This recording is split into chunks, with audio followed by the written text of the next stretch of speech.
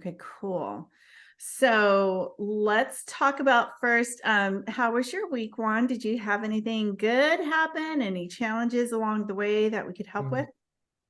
Mm, No, no, not as right now, but I've just Okay. been like trying to get the MLS, getting used to the MLS and just like everything set up for when I do get the chance to work with people.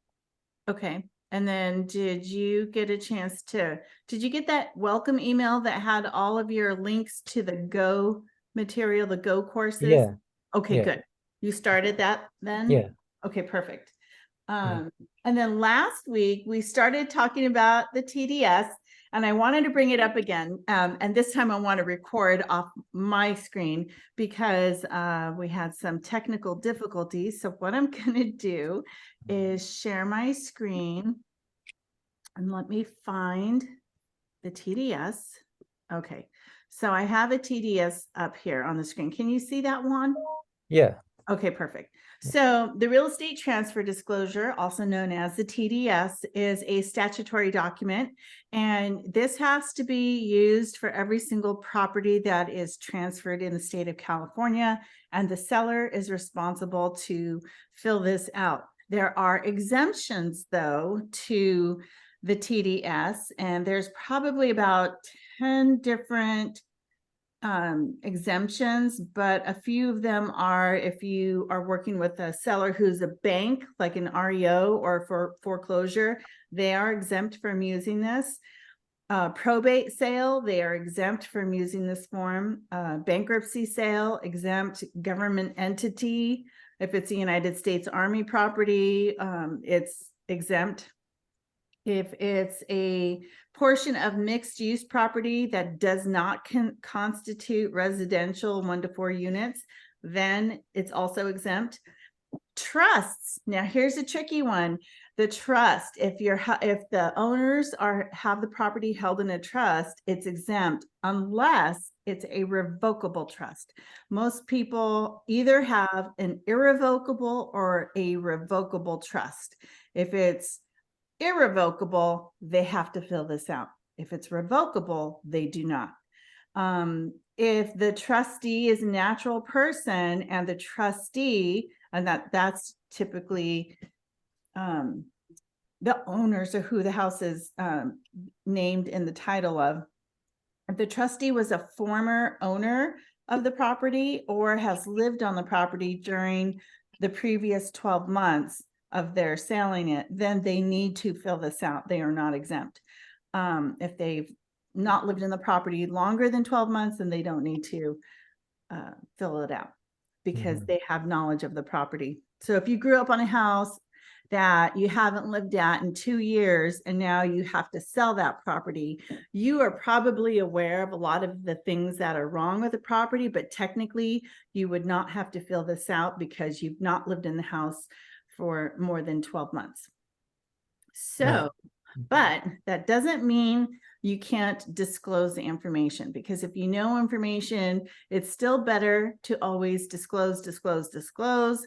You never want to have a buyer come back and say, well, you never, you lived there all your life. There's no way you couldn't have known about, X, Y, and Z. Maybe you did, and you just didn't want to disclose it. That could get you in trouble at some point later on. It's better to disclose it if you can. Otherwise, you can use the technicality and be scot-free. Now, if the property, this first box right here says this property is a duplex, triplex, or fourplex. If the property is any of those, you need a TDS for every single unit that is being transferred in the sale of the property. So if the property has 10 units in the building, then a TDS, this document needs to be filled out for every single unit in that building. Because what it's telling you, it's telling the seller is sharing and disclosing information about each unit's features, amenities, items that could be material, facts of information that could change the transfer of the property or that particular unit. So it's super important to make sure. So if you have a condo that you're working with and there's 4 units to a condo, this document still needs to be filled out. Now, remember, The agent is only filling the top portion of this piece out. And you want to make sure you type in your city, any city, whatever city the property is in, you want to put that information in there. You want to make sure you put the county that the property is in, the full address, the street address, city, state, zip, and then the date that you went into contract, the date that purchase agreement was signed. We'll just pretend it was October 2nd. You're going to make sure you put that date in right there. And then this part here is the only other section that an agent can fill out. Even though it's grayed out, agents do fill this part out.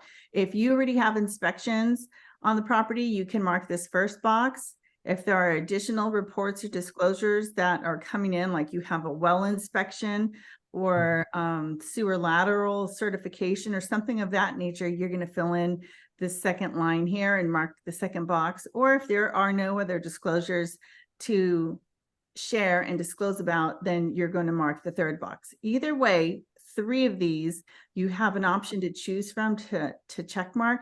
You have to choose one to check mark. You cannot leave it blank. So those Now- 3 boxes, we have to choose one, not the seller. Correct. Okay. Or if the seller's there and they have the disclosures and like, let's say you gave this packet to a seller to fill out, if they can fill that out if they want to, but that we cannot go beyond those lines. Like that's it. We can't, Right. we Okay. can't touch it past that. Got it. Now the seller's information, they're going to mark the box if they're occupying the property or not. And then they're going to mark all of these that are applicable. And for whatever reason, and I still don't remember why, I will find out why. It makes more sense. And I'm actually wondering, Michelle, if they rearranged how these work, because it used to be range, oven, microwave. It used to be they were different, I thought, across, but maybe not anymore. Anyways, we Yeah. want to make sure that they mark what's applicable for every single unit. If there's multiple units, or if it's a single family home, they just mark the box that's appropriate to what they have in the unit. Now, if there are any yeses, there's this yes answer down here. Are there, to the best of your seller's knowledge, any of the above that are not in operating condition? It's a yes or no question. Anytime there's a yes or no question, and if the answer is ever yes, then there's always going to be lines available for them to disclose why wasn't it in operating condition? What was it? What needed repairs, etc. So they're going to fill out what that was. And don't worry if you feel like, or if the seller feels like they don't have any space to write, it will automatically overflow to another document. It's called a text overflow addendum, and it will automatically insert the remainder of the information. And then always make sure your sellers initial the page that they received it. And then, is the seller aware of any defects or malfunctions to the property? They're going to, they have different sections: interior walls, ceilings, floors, etc. Again, if there's any defect or malfunction that was a yes, they're going to fill out that information. And then you go down to section C. Again, more yes or no questions, more lines for them to fill out if there's any yeses. And then the seller signs, seller dates it. And then the agent representing the seller is going to mark the top box that says see attached visual agent disclosure, other known as the AVID form. AVID forms need to be filled out as soon as possible, both on the listing side and the buying side. The listing side, you're going to want to have that filled out right away, and we can go over that on another recorded meeting. And you want to include it as a part of the disclosure package to the buying side. Now, and you're going to sign it as the agent. You're never going to say agent notes no items for disclosure. So the second box, you're never going to do, especially while you work at eXp Realty, because it is part of the procedures of the policies and procedures at eXp that agents do an AVID on every property that they represent a client on. So you're always going to be doing an AVID as long as you work at eXp. And if you ever don't work at eXp, you should still do an AVID, because it's just good risk management and good protection for you and your clients. Now, if an agent from another company says no notes, no noted items to disclose, or no avid, that's their prerogative. If they're with a company or a brokerage that says, nah, we don't need an avid, that's on them. But as long as whoever we're representing, we still have to supply an avid. Now, if the agent says, like I have down below, let's say let's say we're the listing agent and the buyer's agent comes in and says, well, I'm not going to provide an avid, but I'm just going to make my notes right here. They can do that. And they would write agent notes the following items, and then blah, blah, blah. They write down whatever they need to about the property right here.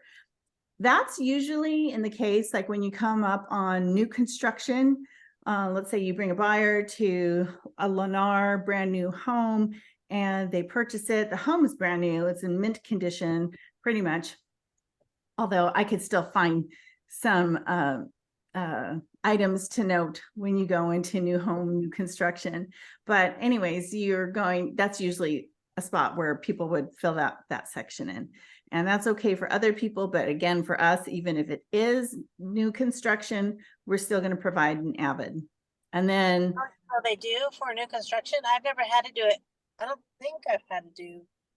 so new okay, construction. so it's going to be different. So usually for new construction, and that's a good question, or a good statement that you said, because most new construction is treated like a referral. So when it is Yes. treated like a referral, no, you would not. That is correct. However, not all builders treat all of their transactions like referrals. There are a handful. Oh, there of might be small someone builders. that requires you to write up a contract. Yes. Okay, and when you have to do that, then that's when you would do your avid. Yes. Okay. Yes. Yeah. Only when they do not treat it like a referral is when you would Got it. definitely have an avid. Yeah. Otherwise, it's treated like a referral. And then they would sign it, that buyer agent would sign it. And then only at that point would this document get sent back to the seller, and then the seller would sign it. And then after that, the buyer would sign. And then it would go back to the listing agent for the listing agent to sign, and then go back to the buyer agent for the buyer to sign. This is the only document where there are so many back and forths for signature. And it's just I'm sure there's a better way to say it, but it's the protocol of how this particular document is meant to be, that it has to have that protocol for the back and forth the way it is. However, that's the technicality of how it's supposed to be done.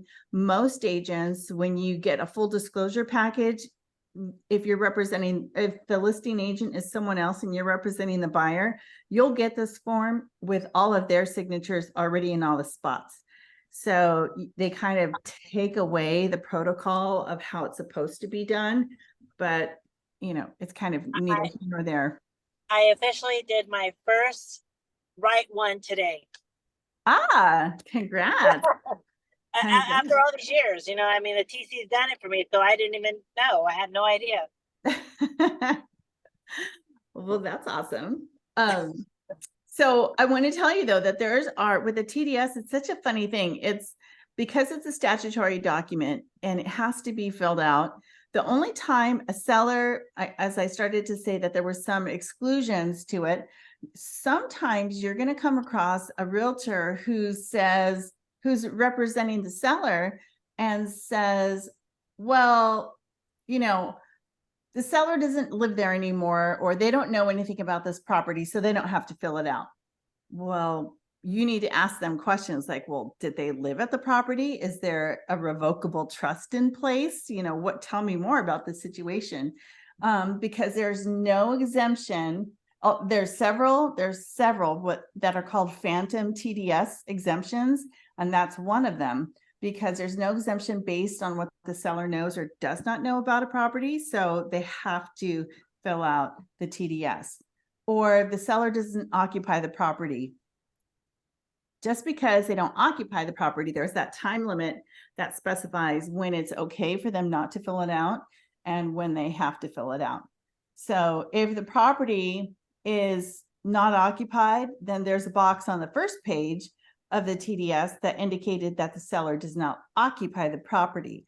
So could be owner owns the property and hasn't lived at the property for several years, then that would be a little bit different. If he has had, then that could be an exemption because that, again, the timing on that.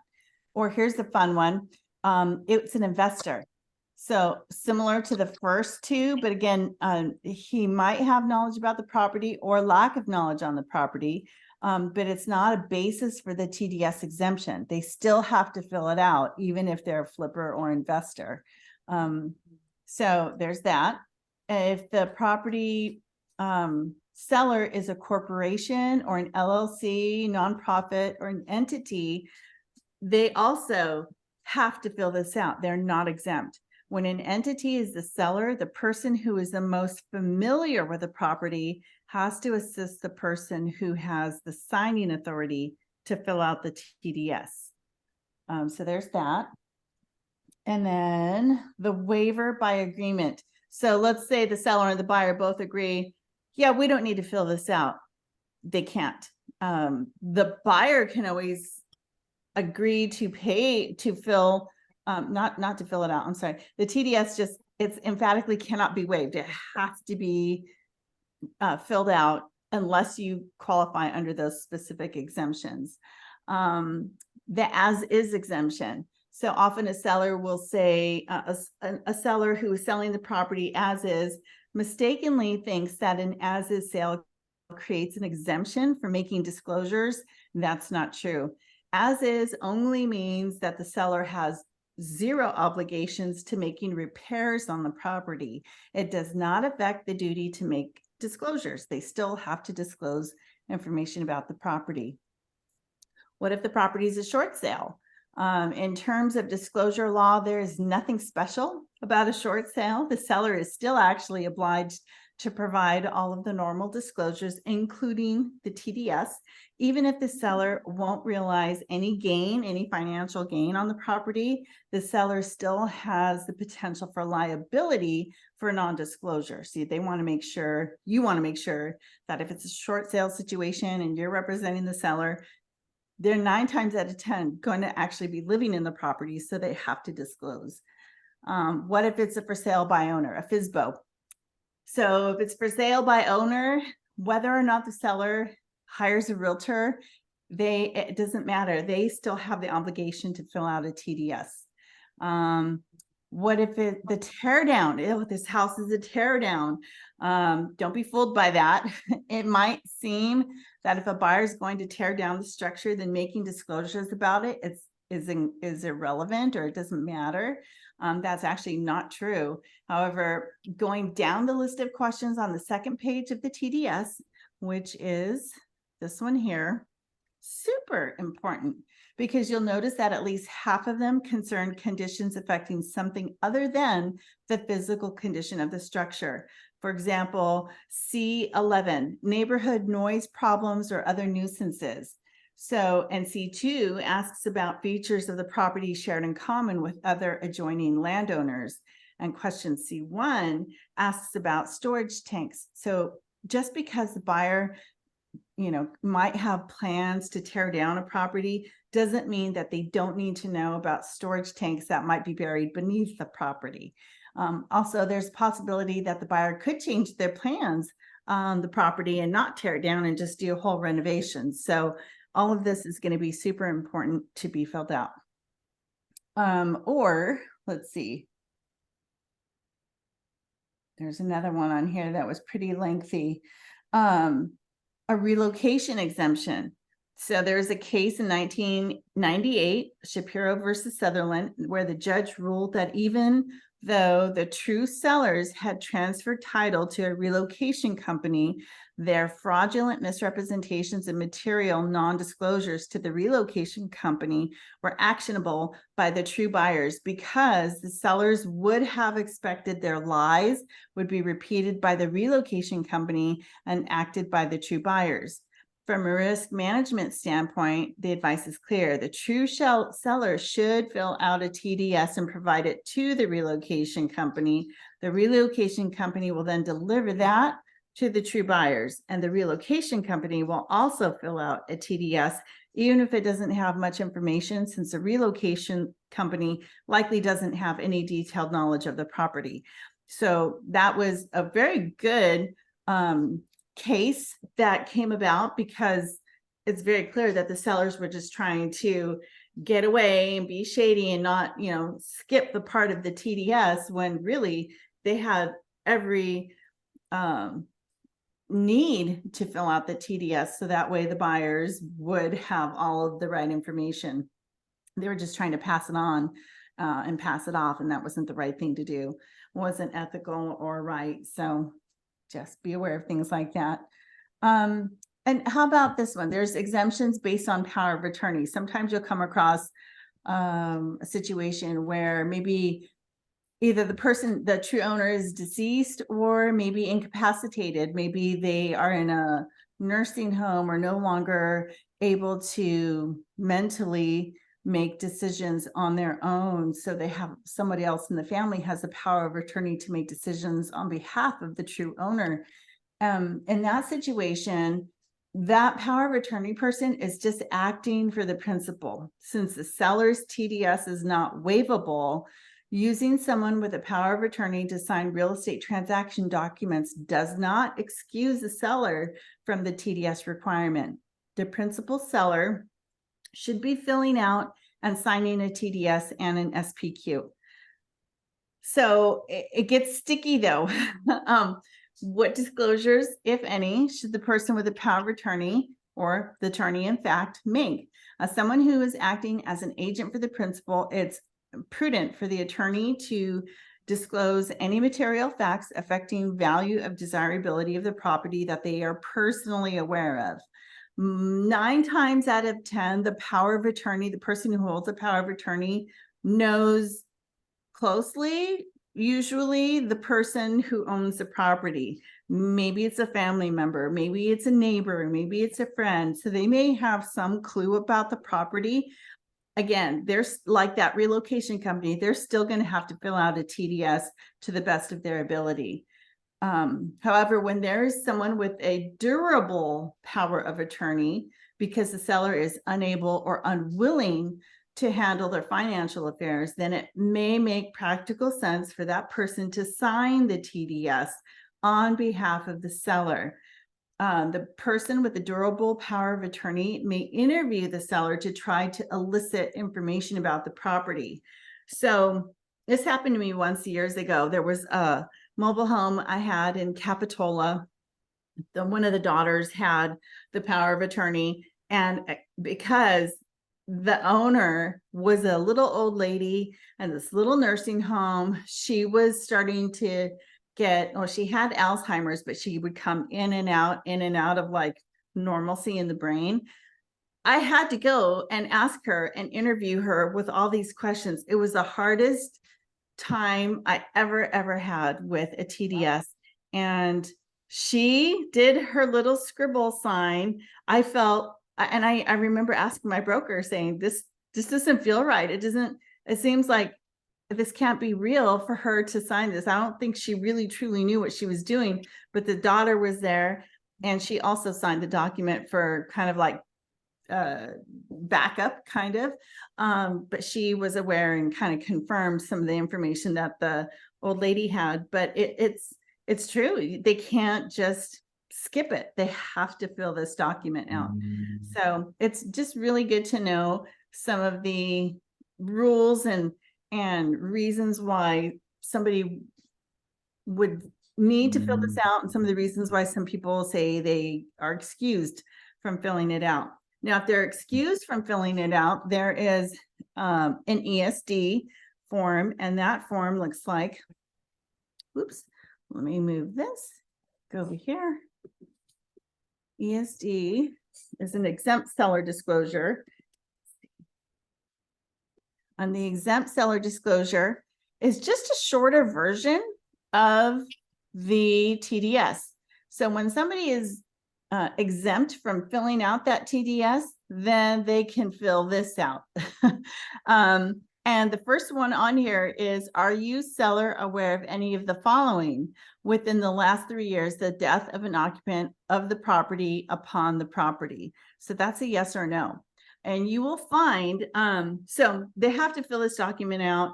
And sometimes you won't see even anything on here. Sometimes you'll just have like an attorney signature, or the attorney in fact signature will be there. Sometimes it's really a legit third person that got this. Maybe it's a probate, it's an attorney, or the signer for the attorney. They've never been there. They don't, this is just a case, and that's okay for the files. It's okay for the state of California. If they come and do an audit on the file, then it's a proper document to have in the place. But I'm pointing out 3A, which is every seller in California. Not all the states are the same. Many states say it doesn't matter if somebody died on the property, you don't need to disclose it. California says if somebody died on that property, you have to disclose within the last 3 years of that person occupying that property if they died on that property. Now, they don't have to disclose how they died. That used to be a thing. Part of the reason to network with agents is to find out subtle information about properties.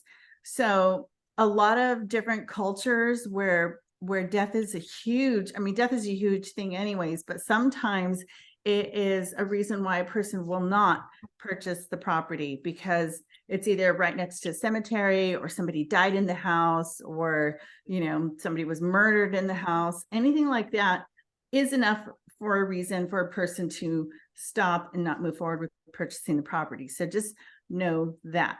I actually had a client who did not want to move to a property where somebody passed away in it. And so there was one that they really liked, but my client asked, well, do you know where they died on the property and how they died? And I said, I can't ask that. I can do my best to try and get information for you. And so I did say, I know you don't, I talked to the agent. I knew this agent really well. We actually worked together a long time ago. And I asked the agent, I said, hey, I know this is where the networking comes in. I know you can't tell me any details, but my client asked, and I'm just asking you, sharing with you what she asked me. You don't have to tell me, but I have to at least ask on her behalf, you know, and I know that you don't have to tell me. And she did tell me. That was her prerogative. She did not have to. I know the law. She knows the law. She totally didn't have to, but she did. And I found out, and it was good that I found out, because I did share that information with my client. And it was great for the other lady, the other person, the other realtor on the other side, because she ended up getting multiple offers on the property anyway. So it was no harm, no foul. We definitely couldn't have gone up as high as it ended up selling for.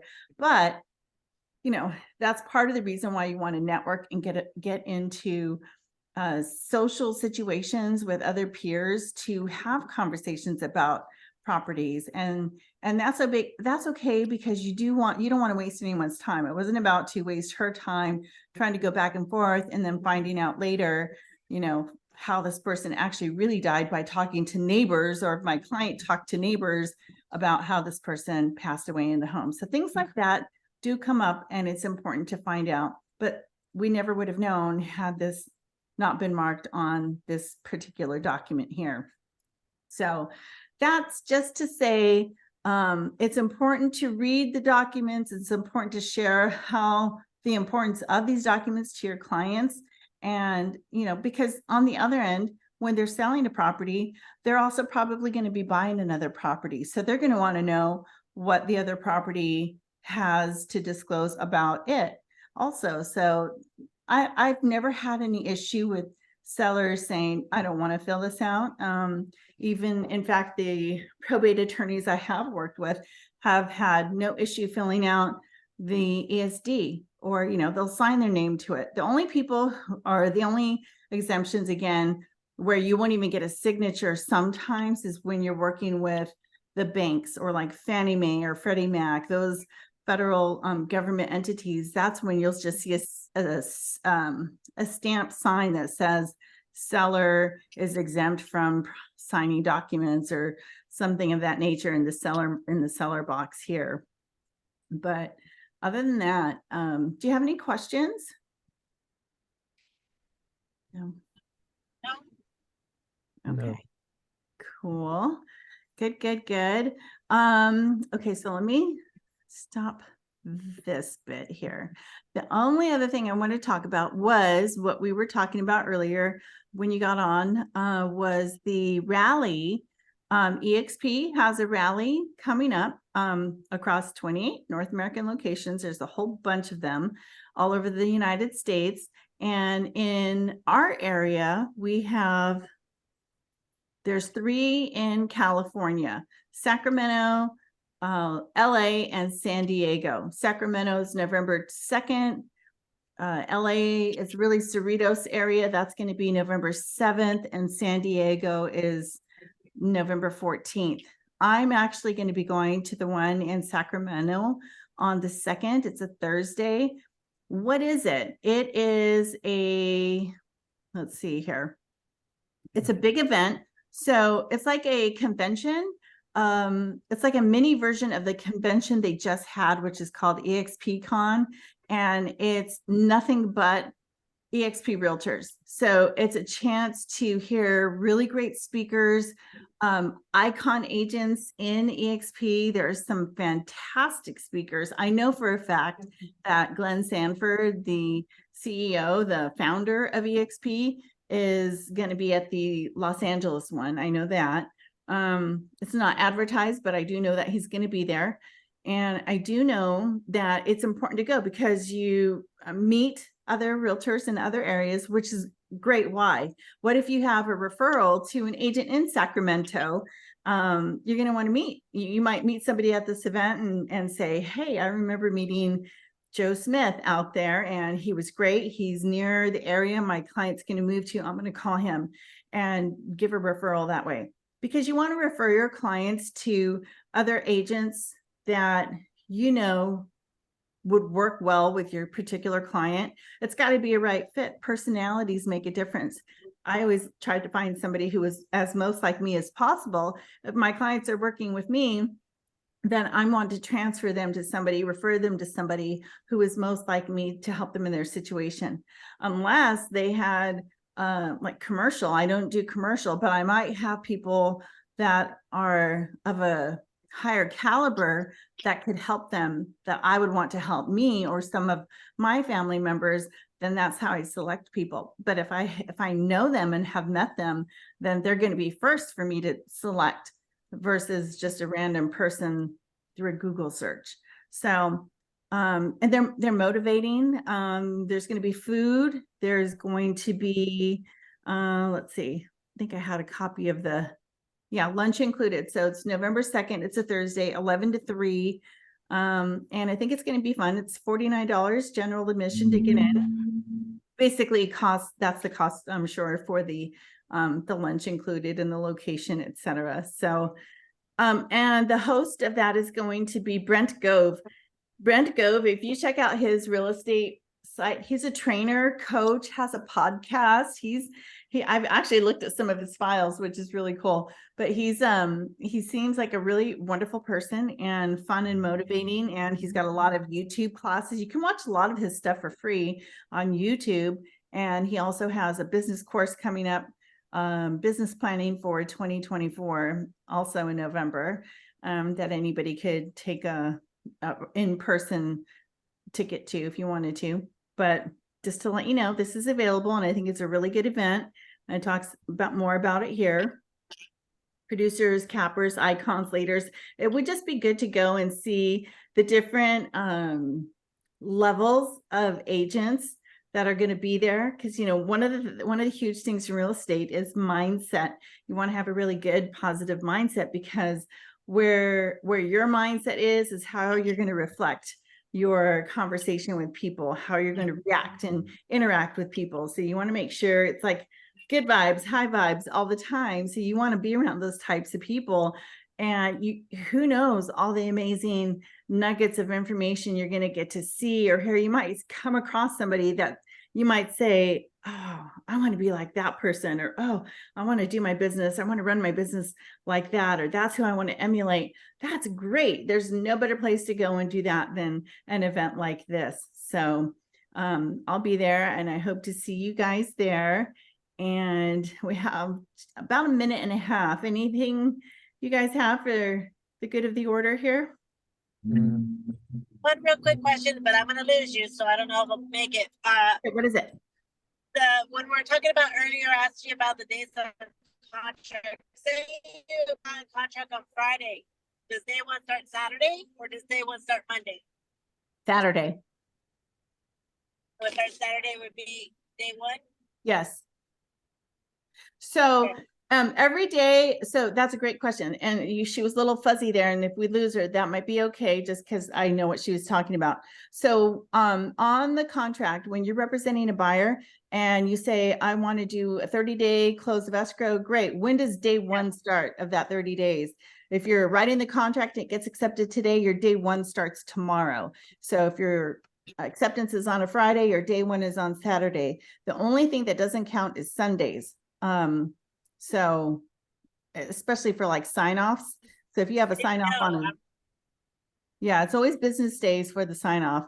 Because you can still go to the bank and do the EMD if you had to on a Saturday. On a Saturday, exactly. So Sundays are the only days that okay. don't count. So if your contract was approved on that or agreed on